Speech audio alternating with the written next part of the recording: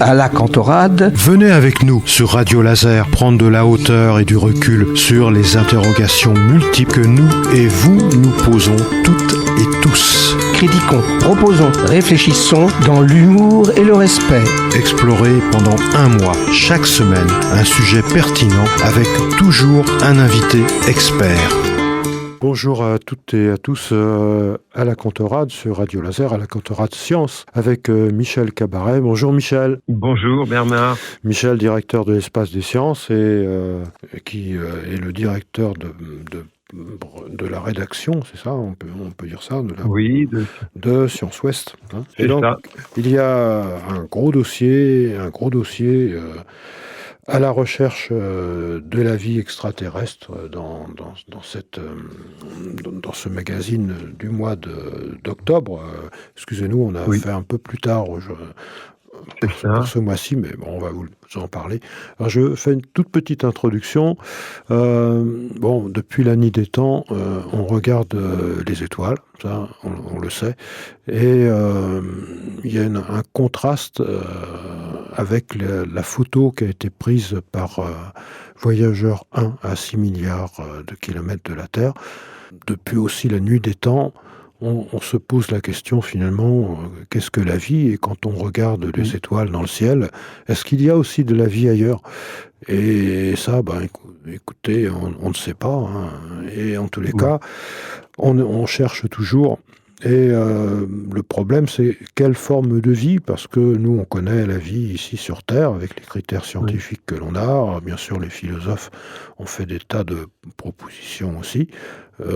Et puis, on est avec le paradoxe de Fermi. Vous connaissez le paradoxe de Fermi, c'est-à-dire qu'un univers infini, et puis, apparemment, malgré cet univers infini, il y aurait une certaine probabilité pour qu'il y ait des formes de vie, rudimentaires ou pas, dans l'univers. Mais en tous les cas, on n'a vu aucun contact, vraiment, on ne peut pas dire cela actuellement.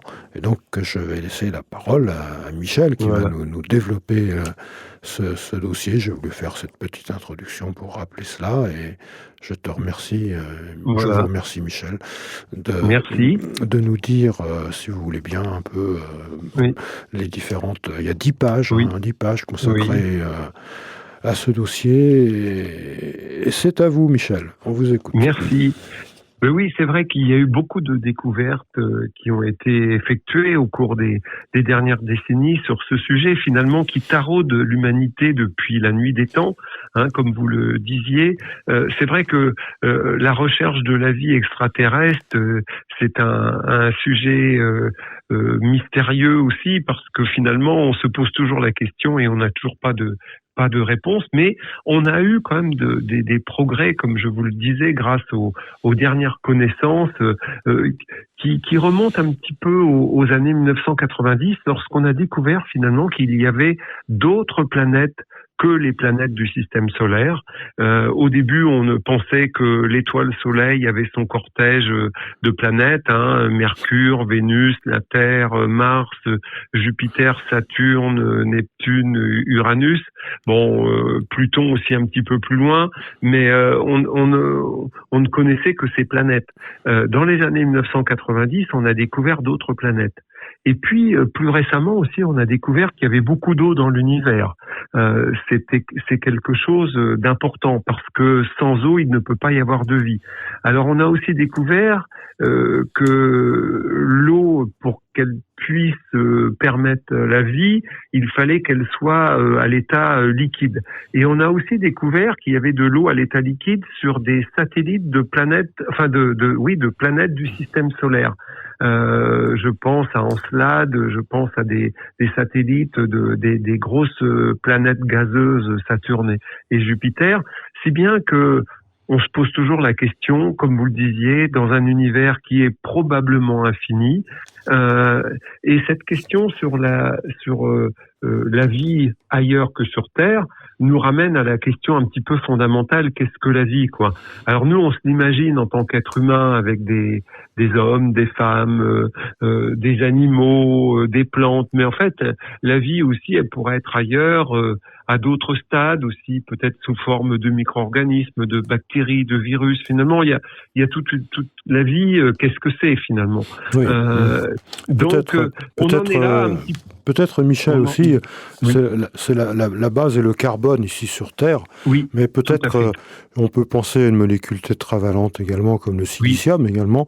Peut-être que finalement, ça pourrait tourner autour de d'autres types de molécules, parce qu'on le sait, dans l'univers, ce que l'on appelle le tableau de Mendeleïev, on retrouve des molécules sur Terre, on les retrouve à des milliards de kilomètres également.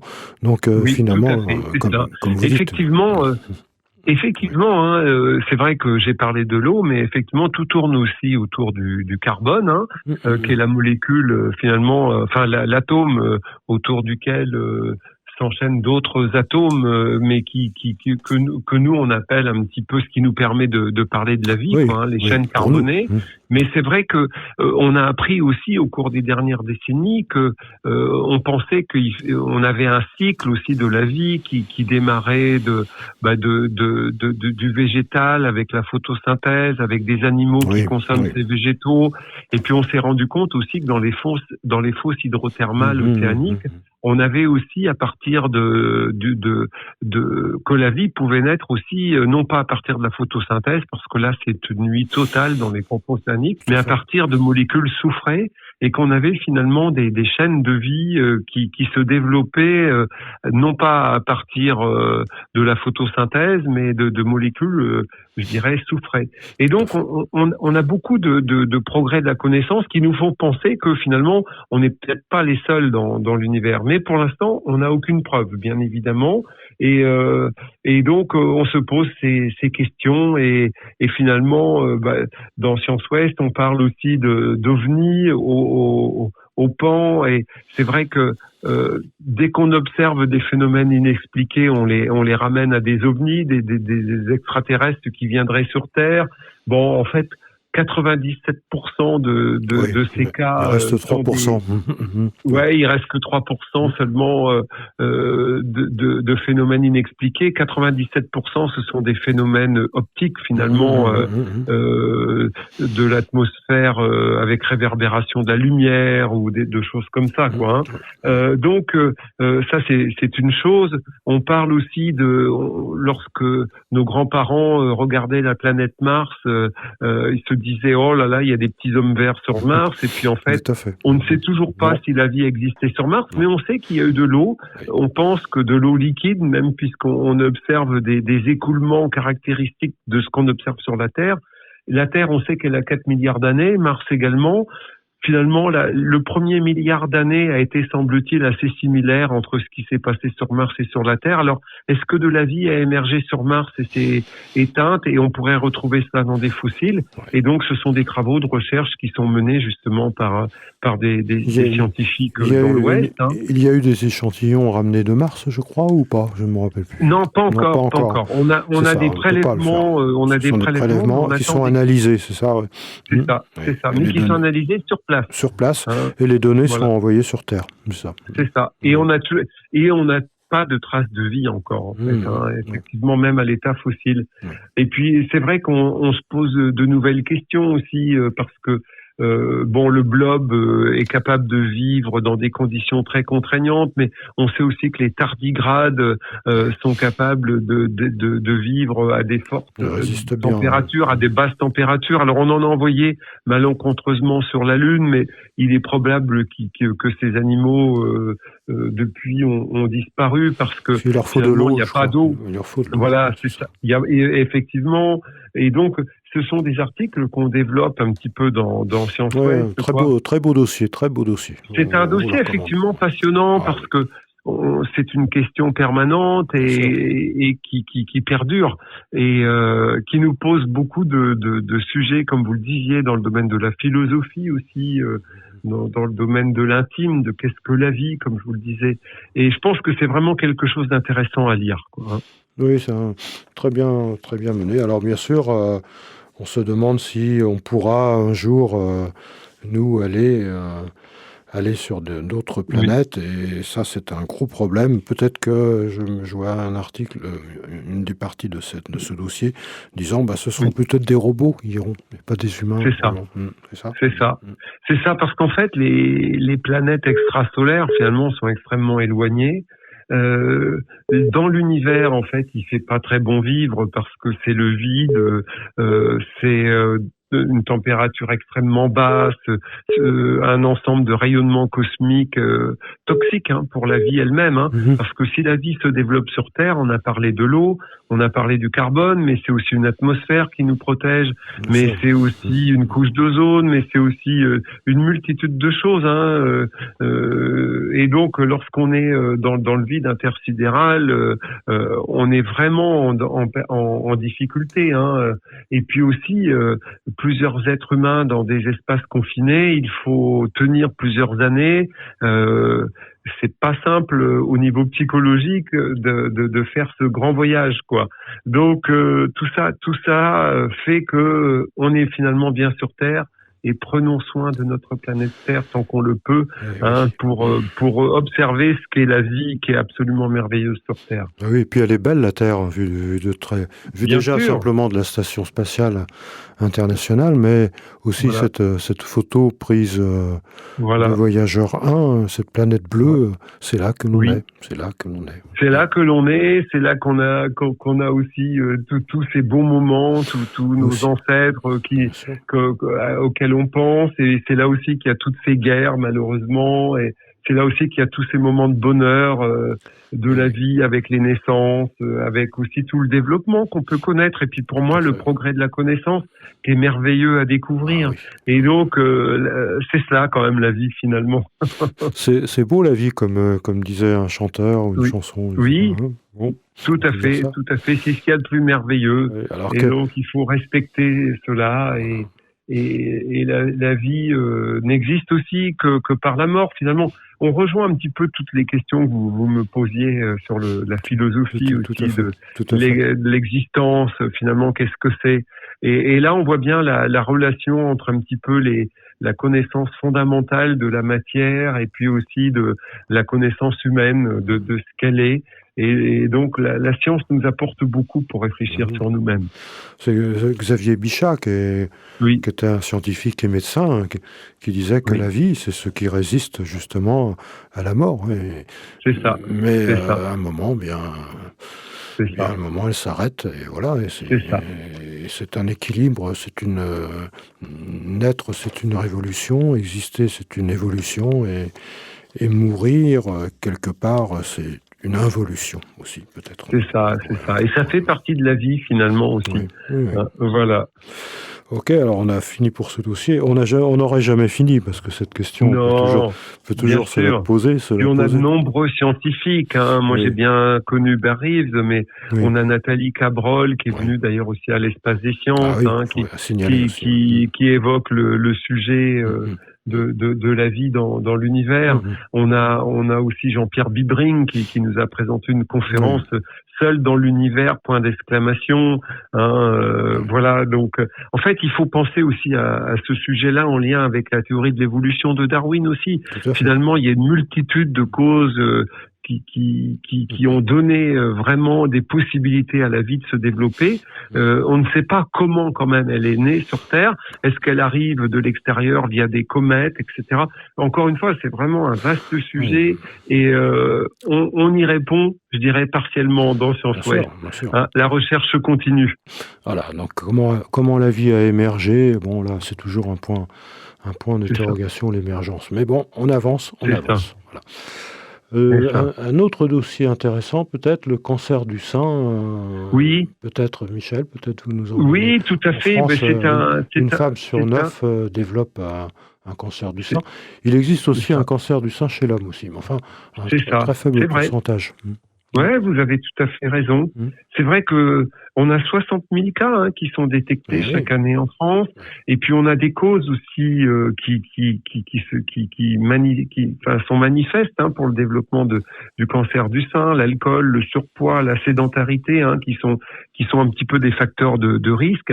Et donc aujourd'hui, le meilleur dépistage avec le ciblage des personnes à risque, avec une prise en charge aussi personnalisée, sont des voies finalement pour améliorer les chances de survie et nous permettre finalement d'accompagner les personnes atteintes de cancer du sein. Et donc c'est un sujet sur lequel il était important de parler, parce que durant l'automne, on a toujours cette période comment dirais-je, où on parle de cela chaque année. On a des courses roses, on a des rassemblements qui nous permettent finalement aussi d'évoquer ce sujet qui est un sujet quand même difficile aussi.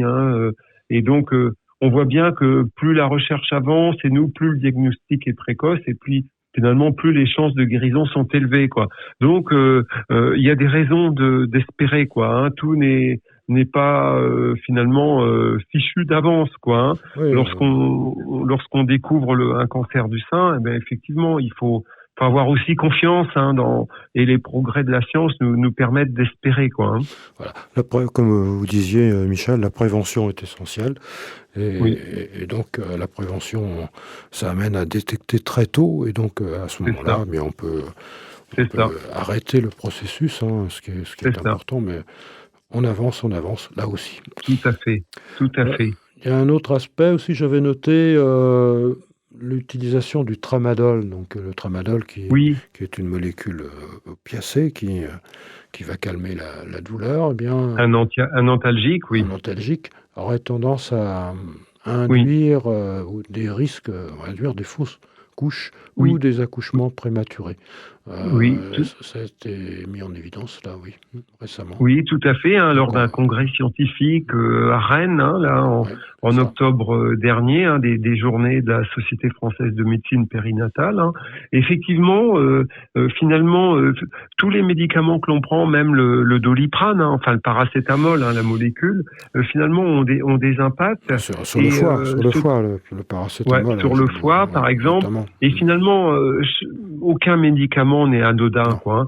Et le tramadol, effectivement, je l'ai découvert aussi grâce à ces travaux scientifiques, qu'il pouvait provoquer finalement des fausses couches, des accouchements prématurés, et finalement, il présente des dangers, quoi. Et même s'il nous aide à éviter de grosses douleurs lorsqu'une femme est enceinte, c'est quelque chose à savoir. Et à éviter donc de prendre ce médicament lors de ces périodes périnatales. Comme vous le disiez, Michel, de toute façon, en ce qui concerne le domaine des médicaments, c'est toujours le problème du bénéfice-risque, ce qu'on appelle le rapport bénéfice-risque. Et voilà, quand vous prenez un médicament, vous voyez aussi tous les effets indésirables, secondaires, voire dangereux, qu'il faut prendre en compte. Ça a un effet, certes, mais ça peut aussi tout à fait agir ailleurs. C'est ça. Un autre article que j'ai trouvé aussi intéressant, ça consiste la datation des minéraux par la lumière. C'est une équipe de Beaulieu, et ça permet de monter à plusieurs milliers d'années, et ça permet d'aller plus loin que la datation au carbone 14, je crois, c'est ça ? Exactement. Voilà, vous l'avez fort bien formulé. Je sais pas. Ce sont des recherches en fait contemporaines. C'est vrai que la lumière, c'est un thème qui est fascinant, parce que finalement la lumière voyage. On en parlait tout à l'heure dans l'univers. D'ailleurs, c'est ce qui nous permet d'ailleurs d'observer les informations des planètes, exoplanètes lointaines, ou des étoiles aussi. Et donc aujourd'hui, on peut dater des minéraux finalement grâce à la lumière. Et je pense que c'est quelque chose d'extrêmement intéressant finalement, C'est une méthode qui a des applications variées, hein, de l'archéologie à la géographie, et qui se développe à l'université de Rennes, hein, par un chercheur, hein, Guillaume Guérin, là, dont on donne la parole dans Science Ouest. Ouais. Et donc, on date par la luminescence, quoi. Hein, donc des minéraux anciens. J'ai lu que l'on stimulait de manière optique un minéral, par exemple du quartz, par exemple, et ça permet de mesurer le temps depuis la dernière exposition à la lumière de ce minéral. C'est super intéressant, cela. Ben oui, c'est extrêmement intéressant parce que finalement, pour dater des mégalithes dont la base, par exemple, elle est enfouie dans le sol. Ils sont sous terre, ils ne reçoivent plus de lumière, et tout d'un coup, ils vont recevoir, et on va pouvoir dater. C'est ça, hein. C'est ça. Et donc, c'est extrêmement intéressant, finalement. C'est un outil, finalement, complémentaire à toutes les mesures qui étaient disponibles aux scientifiques jusqu'à maintenant. Et je trouve que c'est quelque chose d'assez extraordinaire, cette information-là. On a aussi un chercheur, Hugues Malservette, qui est ingénieur en datation, la géoscience à Rennes, qui utilise cette nouvelle technologie-là. Et je trouve que finalement, on voit que le progrès de la connaissance arrive aussi avec de nouveaux outils. Et c'est original. C'est original. Super. Autre article aussi intéressant, on va pas tous les passer en revue, mais ils sont tous intéressants de toute façon. On a moins de langoustines aussi, hein, Bernard. Ah oui, tiens. Oui, alors pourquoi on a moins? C'est vrai que les langoustines sont chères sur nos marchés en Bretagne, et puis en fait, on découvre qu'il y a de moins en moins de langoustines. On sait pourquoi, Michel? Parce qu'en fait, surpêche, surpêche, aussi un petit peu lié au changement climatique, c'est-à-dire que les conditions de développement des langoustines sont un petit peu moins favorables. Et en fait, il faudrait qu'on arrive à faire ce qu'on a fait pour la coquille Saint-Jacques, quoi. C'est-à-dire limiter les périodes de pêche, nouvelles techniques de pêche aussi, parce que le chalut racle le fond, et donc tous les terriers des langoustines. Voilà. Et donc, c'est quelque chose de préoccupant. Lorsque nous allons sur les marchés, on voit bien que le prix de la langoustine a augmenté, qu'il n'y en a plus beaucoup en ce moment. S'il y en a moins, le prix augmente, c'est sûr. Voilà. Et donc, vous voyez, c'est un sujet aussi qui intéresse les scientifiques. Absolument. Beaucoup de sujets intéressent les scientifiques. Voilà. Autre sujet intéressant aussi, intéresser les enfants. Oui. Les enfants à la science, et ça, c'est un pari sur l'avenir. Vous pouvez peut-être nous en parler, notamment ça se passe au niveau du parc régional d'Armorique. On essaye d'impliquer des élèves de CE2 et de classe de 6e, c'est ça. Oui, c'est vrai que même les enfants dans les zones rurales, finalement, quelquefois, ils sortent peu de chez eux, et finalement, ils savent pas toujours qu'à côté de chez eux, il y a un monde merveilleux, naturel à découvrir, que ce soit des oiseaux, des animaux, des plantes. Et donc, l'idée de ce projet-là, dans le cadre, de cette animation, dans le cadre du parc naturel régional d'Armorique, dans le Finistère, c'est de proposer aux écoles et aux collèges de 44 communes, quand même, c'est quelque chose d'important, de découvrir finalement les zones humides, la géologie, aussi de découvrir la nuit, parce que la nuit, il fait nuit, mais comme vous le disiez tout à l'heure, on en parlait, on voit des étoiles, on voit des planètes, on voit la Lune. Et donc, dans le Finistère aussi, c'est aussi le fait de faire le lien entre la terre et la mer, quoi. Et donc, 6 écoles ont été retenues dans le cadre d'un appel d'offres à projet. Régional, c'est un appel d'offres régional ou oui, alors sur le territoire du parc d'Armorique. D'accord. Qui regroupe quand même un grand nombre de communes, 44 comme je vous le disais. Et donc il y a une petite dotation financière pour accompagner, pour aider les enseignants finalement à mener des activités scientifiques d'observation pour donner le goût de la science aux enfants. Et ça, je pense que aussi, c'est quelque chose de merveilleux et d'essentiel à faire, parce que lorsqu'on sème finalement des graines auprès des jeunes, on allume la lumière dans les yeux des enfants, quoi. Il reste toujours quelque chose. Très, très beau ce que vous dites, Michel. Merci. Alors après aussi, on a la question de science. Alors là, on ne va pas développer. On se pose la question. Vous posez la question, Michel, et vous nous donnez des pistes d'information. Que mangent les fourmis? Donc, à lire. C'est ça, c'est une bonne question finalement. Et on se rend compte qu'elles sont très utiles pour le fonctionnement de nos écosystèmes. Heureusement qu'elles sont là, oui, absolument. Et voilà, mais qu'est-ce qu'elles mangent? C'est la question du mois. Oui, absolument. On pense à Bernard Werber aussi avec les fourmis, là. Il a écrit beaucoup de livres là-dessus. Elles nous fascinent aussi, les fourmis, comme la vie extraterrestre. Pourquoi? Parce que tout simplement, elles ont une vie sociale extrêmement développée, avec une reine, avec on les appelle d'ailleurs les fourrageuses, les fourmis qui amènent à manger à la colonie. Les fourrageuses. Je ne vous en dis pas plus.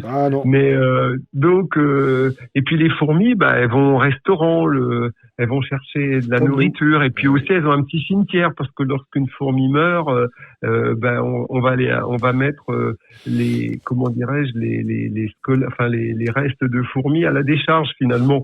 Donc c'est une organisation sociale extrêmement développée, fascinante. Oui.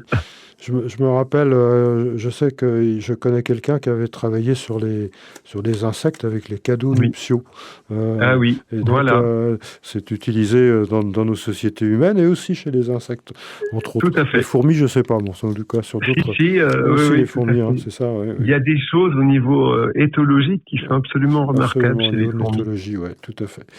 Enfin, comme on le fait en fin d'émission sur la présentation de Science Ouest, quelques livres qui sont proposés, je crois, par la bibliothèque des Champs Libres, le grand guide de la météo et du climat, par Olivier Nouaille, 2025. La science des balivernes, intéressant, avec de l'humour également, par Thomas Durand. Et enfin, Manger et boire, alors là aussi, c'est Vincent Bels chez Odile Jacob, donc des livres tout à fait intéressants. On pense aussi à l'exposition Quand la Terre tremble, c'est jusqu'en mars 2026, je crois, Michel. C'est ça, c'est vrai. C'est vrai que la Terre tremble, il y a quelques jours, elle a tremblé, échelle 2 sur la magnitude de Richter, à Rennes. Mais la Terre, effectivement, c'est une planète singulière, active, qui est en mouvement, du fait de la tectonique des plaques, avec des courants de chaleur au centre de la Terre qui remontent en surface et qui font que ces plaques se déplacent, et à certains endroits, des chaînes de montagnes se développent, dans d'autres, il y a des dorsales océaniques qui se creusent, et puis quand tout ça bouge, quelquefois il y a des tremblements de terre qui malheureusement peuvent être extrêmement meurtriers. Et donc comment les prévenir, comment les comprendre? Finalement, la science nous a permis de comprendre qu'il y avait ces plaques qui se déplaçaient, un petit peu à l'image comme des bouchons de liège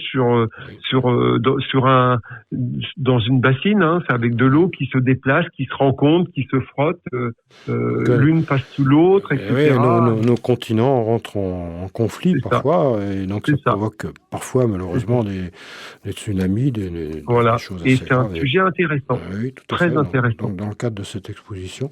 Autre chose à signaler à l'Espace des Sciences, en dehors de Science Ouest, Michel? Oui. Écoutez, on a de belles séances là actuellement au planétarium, et on fait le plein pendant les vacances de tout ça. On parle d'astronomie, c'est absolument remarquable. On a une nouvelle animation au laboratoire de Merlin sur les mathématiques pour les enfants, pour donner le goût des mathématiques aussi.